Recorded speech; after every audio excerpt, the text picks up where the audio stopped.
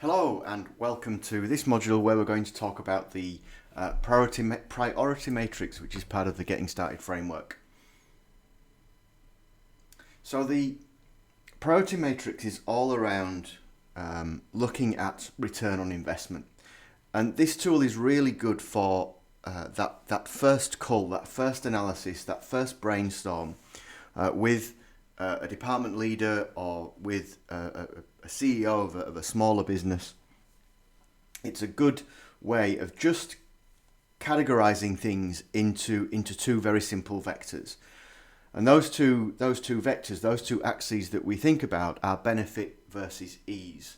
So what benefit do we get from potentially automating a certain process? And there are four things to think about. Obviously, there's time and money. That is the thing that people often quantify. So you can quantify time in hours, you can quantify it in dollars. You can also look at direct cost benefits as well that come from automating a particular process. There's also a couple of other benefits to think about, and that's around what additional value can we create to the client. There's some ideas around this in the ideas matrix video. But it's what value can we add extra value to the client in terms of delivery?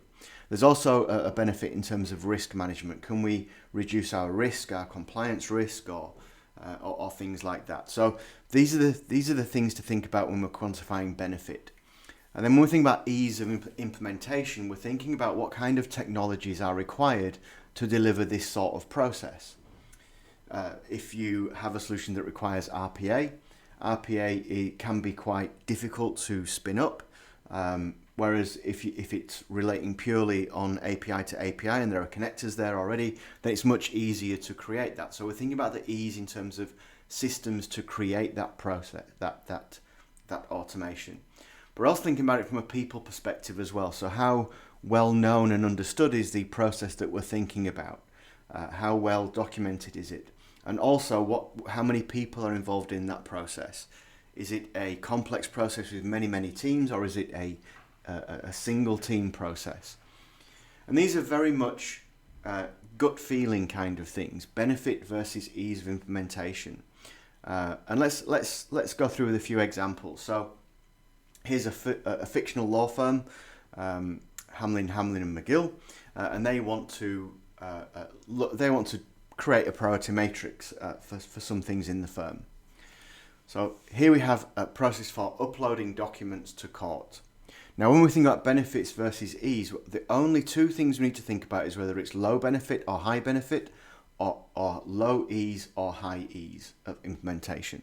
So in terms of this pretend workflow of uploading documents to court, it's actually low benefit. It's only one team, it's only a couple of people. You only do it a few times a week. It's not a very high benefit, but it's really easy. It's a really simple RPA process. Attended automation, it's pretty easy to implement, but the benefit's low. Loan application admin, this is for a key client. The benefit is really high. It gives us good benefits for this top 10 client. We're currently doing it manually, and it's taking a lot of time, so the benefit is quite high. And again, this is an easy process. It's a very simple one website RPA process that we can do attended. So a really easy, high benefit. Contract review. The benefit's high. The volume that we do on these things is pretty high. However, it's pretty complex. These contracts have tables that span multiple pages. There's lots of different parties. There's quite a lot of human cognition required to actually do these. So it's actually going to be quite a complex AI builder model, or quite a complex third-party model that we need to look at. So the ease isn't there. And again, here's some more examples. Closed matter sign-off, high benefit. High benefit will really help, that closed matter process, but it's not easy to implement. Far too many teams are involved. IT system check. The benefit is high. Quality of knowing when systems aren't performing properly. That's a really good benefit the firm wants. And the ease is high. It's just a checklist. Well documented process. We can get a robot to do that pretty easily. New starters, very common IT process, is a candidate for automation, but in my experience, it's always hard to implement. And in most cases, law firms don't have that many new starters in any given month. It does peak and trough, so things like summer clerks, that kind of thing, it might be different, but in general that is often low benefit and low ease. So you get the idea there that we go through these systems, processes, probably with a business leader and a couple of team members, and just talk and just go high low. That's all you need to do. If you want to take it a step further, you could rate 1 to 10 or something like that, or 1 to 10, with anything below 5 low benefit, anything above 5. In fact, probably go 1 to 8, and you can plot them a bit. Anyway, I'll show you where that comes into play. So the reason why we do this is you end up with this graph. So anything that is of low benefit and hard to implement, so the ease is low, then that's something you put on hold. So in our case, we put the new starters on hold. If something is low benefit but really easy, these are what's known as quick wins, and these are uploading documents to court, if it's that one in our example. Ones that are high benefit but are difficult, these go into the long term, and then of course the ones that are high benefit and high ease of implementation, these go into the proceed now bucket. Now, what you could do is rate each of these between 1 and 8. Anything that's 4 or below would end up in the low column, and 5 or higher would go in the, and you'd actually get more granular in you'd have different plot points within the different quadrants here. So you could get a bit more advanced with this if you wanted to. Of course, once you've got your proceed now, you have an idea then which ones you could use as a proof of concept, and then once you've finished your proceed now, you then can talk with the business about, okay, where to next.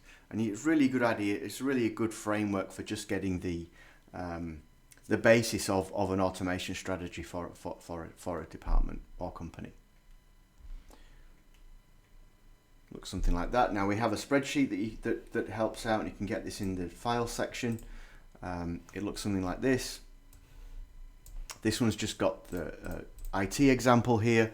And one thing you can do here is brainstorm with the team before you do this, and just work out, define what is ease of implementation, define what benefit is, and that will help with the discussion.